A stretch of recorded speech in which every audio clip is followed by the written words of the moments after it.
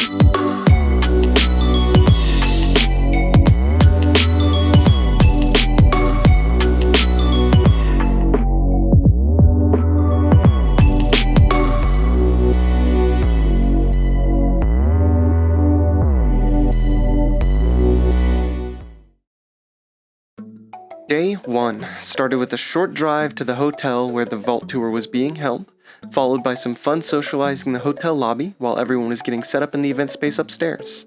Here I got to meet and talk to Nathan of TTR, as well as Jupiter, who gave me these pretty sweet tokens for use if I started streaming games and such in the future. The event itself started with a minor hiccup, where after we had all registered and got seated, Jeremy of GG informed us that the company in charge of delivering all of the supplies for the event was not going to deliver the pallet that weekend. But the kind people of Ghost Galaxy did not let that stop us from having any fun. You see, as we registered for the event, we were handed these strange but interesting looking sheets, which we later found out were something of a KeyForge bingo card. It's going to take a couple hours for GG to personally fly down an employee from HQ with tons of supplies for the event. So, for those few hours, the attendees could look around for other players with a deck that had one of the random houses on their bingo card, and after meeting and playing against that player, they would get them to write their deck name and signature on the card. If you completed your card, you could turn it in to be entered into a raffle taking place on the last day of the Vault Tour. This was an absolutely amazing idea, and I loved every part of it, from the fun casual KeyForge games to the socializing and meeting of people from the community that I really got to engage with. Once the product had finally arrived, it was time to start the day's main event, the Sealed Alliance Tournament, which we found out would be 3 Swiss rounds, with anyone who went 3-0 getting a prize. They had us all line up and receive 3 Winds of Exchange decks, and one special surprise, the new Vault Tour 2023 deck. If you haven't already, go check out my deck opening video on one of these decks, they're super cool. The excitement in the room was palpable, not only because we now all had one of these new never-before-seen decks in our hands, but because once everyone had their 3 Winds of Exchange decks, we had 30 minutes to assemble the Alliance deck we would use in the tournament, choosing 3 individual pods and then picking a token creature from one of the decks we decided to use. These are the 3 decks I opened and had to construct an Alliance deck with. The token creatures I had to choose from were Prospector, Priest, and Senator, and I ended up choosing Prospector because the efficiency you can get from their Destroyed effect is unmatched in Winds of Exchange, and I didn't find either of the other 2 token creatures particularly appealing. The The first pod was probably my easiest choice. I took the Equidon pod from Moore the Portly. While the other Equidon pod with Cursed Relic was tempting because the pod got most of the Cursed Relic's enhancements, the Antiquities dealer pulled in some less than important artifacts and it overall made less tokens. Moore the Portly's pod was fantastic, with the consistency and efficiency of Sandhopper, the hard artifact control from Auction Off, Amber control from Generous Offer and Gemcoat Vendor, and unmatched token generation from Dathashra Recruiter and double Hyron, double Visible Hand. With all that, the pod basically had everything I could have ever wanted, except creature control outside of Belligerent Guard. So I knew I would need to look for some creature control in my other pods while also maintaining the speedy Ambergain archetype this deck would clearly now be going for, but we were off to an amazing start. For my second pod, I chose the Unfathomable from Dagfire Mirage Book Burner. With double Befuddle and double Catch and Release, it was hard not to. Disruption that strong combined with the pod's other control elements and ability to make additional token creatures really helped build a strong backbone for the deck. The only card I wasn't completely taken with was Whirlpool. While it can be a great card, I didn't have any truly amazing Amber capturing cards or house pods that captured well, and the chaos that card can bring felt unwanted in this particular alliance, so most of the time it was just a discard. Lastly, I chose the Brobnar from the same deck, Dagfire Mirage Bookburner. The first thing that really caught my attention was the double fresh marks, because they fit perfectly into the idea of Prospector Destruction and Ambergain that I was looking for. It also had Berserker Slam and Overrun, which added some additionally needed Amber control. There was a perfect number of creatures that allowed me to really wreak some havoc with the board state, thanks especially to Shock Herder and Jarl Svend. Jarl Svend, though, was extra nice because it was able to make a Prospector after surviving a fight in which it destroys the opponent's creatures. Then we had Feats of Strength and Stratusmac for even more token making, and finally the real cherry on top was that 7 of the 12 cards in the pod had Amber bonuses on them, which just made the speedy Ambergain of this deck feel even better.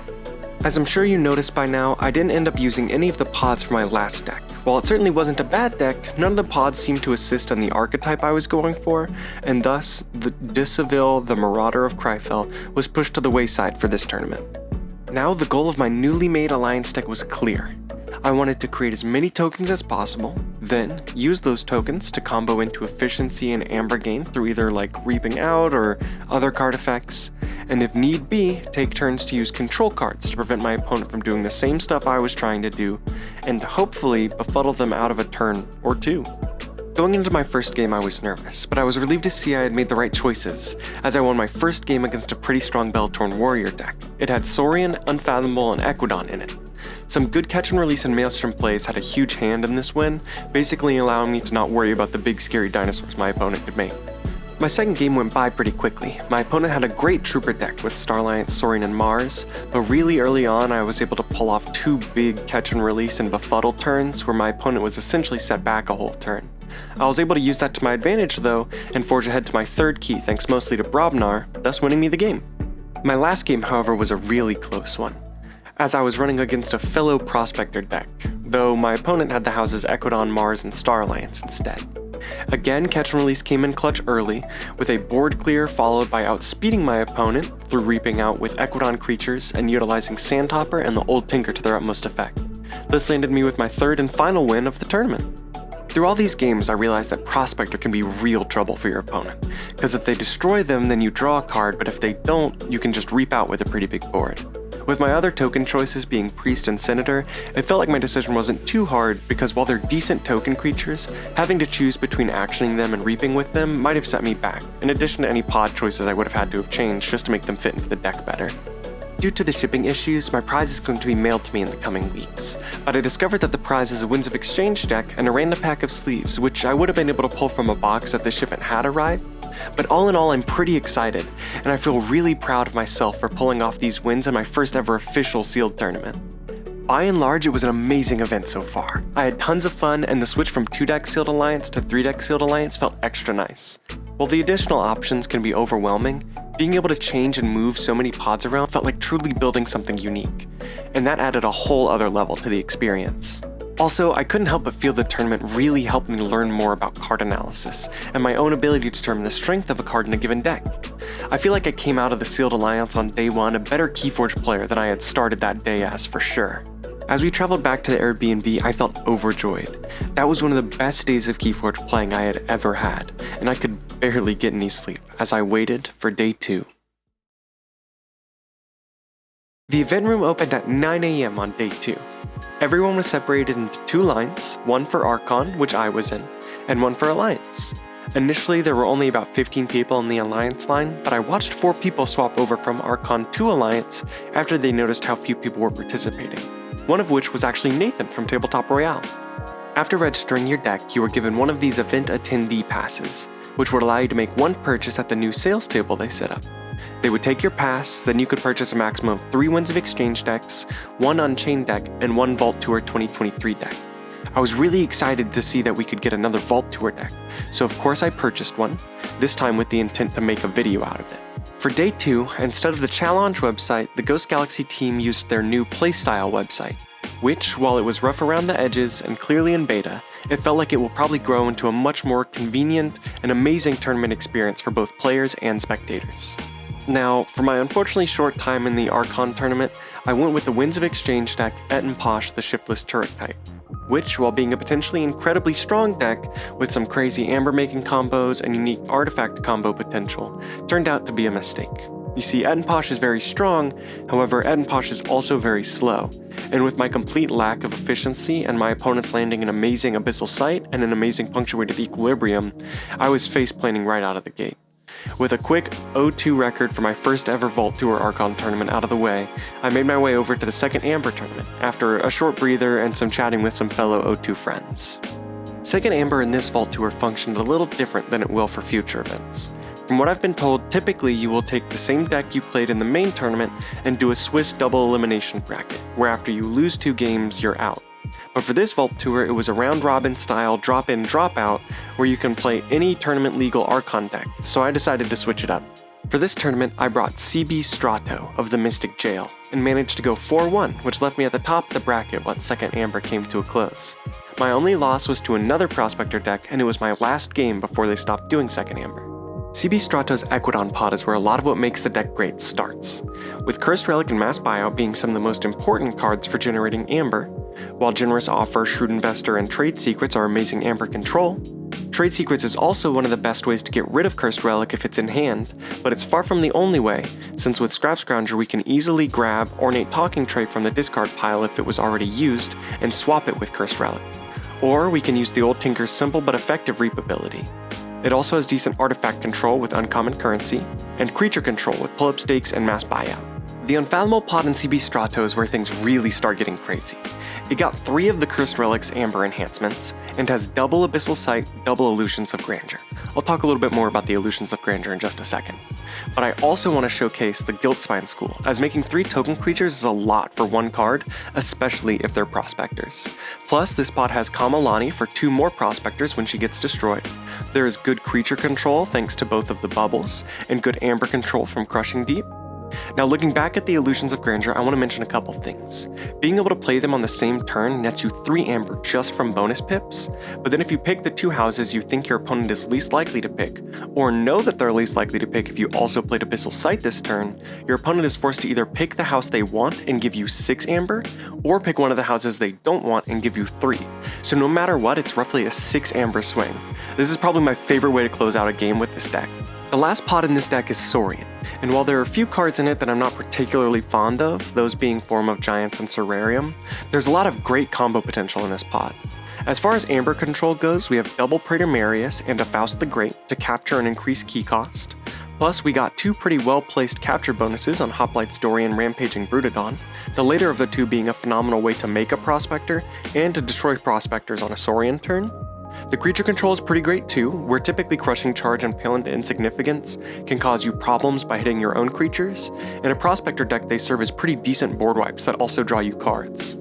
And of course, if you can get Praetor Marius to capture a bunch of Amber, then play Inspiring Oration targeting it, you can potentially create a crazy amount of Prospectors. The whole plan of this deck is simply Winds of Exchange speed, with fast Amber and hopefully fast Forging. I absolutely love that even the control in this deck is pushing you closer and closer to keys, with the double Illusions of Grandeur and all the Cursed Relic enhancements landing in some pretty convenient spots. So as I mentioned, I went 4-1 in Second Amber, and for each win you get a ticket that puts you into a raffle for potential prizes, and I managed to get my ticket pulled. As it stands, I don't know what the prize will be, but I should get an email regarding it pretty soon, and I'll probably keep everyone posted on my Twitter as to what I get and such. With all those games behind me and all the ups and downs of KeyForge experienced, I went back to the Airbnb with my friends to prepare for day 3. And while I obviously would not be contending, my friends and Airbnb roommates Redabrig and Lord of Winter were both in top 8 for Alliance, so of course I was ready to get up early and cheer them on. Redabrig was also using 2 pods from some of my AOA decks, so I felt like at least if I couldn't get far in the tournament, there was a part of my collection seeing some success in the hands of an amazing pilot. Day 3 was the top 8 for both Archon and Alliance, and while all I did was participate in a few casual games, socialize into a sealed pod, it was amazing to reflect on the event and just how fun my past couple of days had been.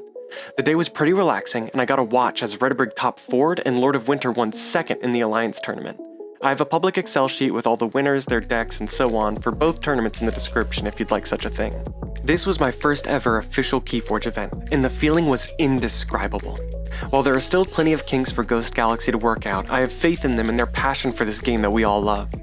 Thank you so much, Ghost Galaxy, for being able to pull this community together again, and for your dedication to us. I absolutely cannot wait for the future of KeyForge and for future events. While I don't think I can attend any more events this year, I'll be working hard so I can go to a couple next year. I hope you all enjoyed the recap as much as I enjoyed the Vault Tour itself, and remember, the most important part of KeyForge is the person sitting across the table. I'll see you all soon.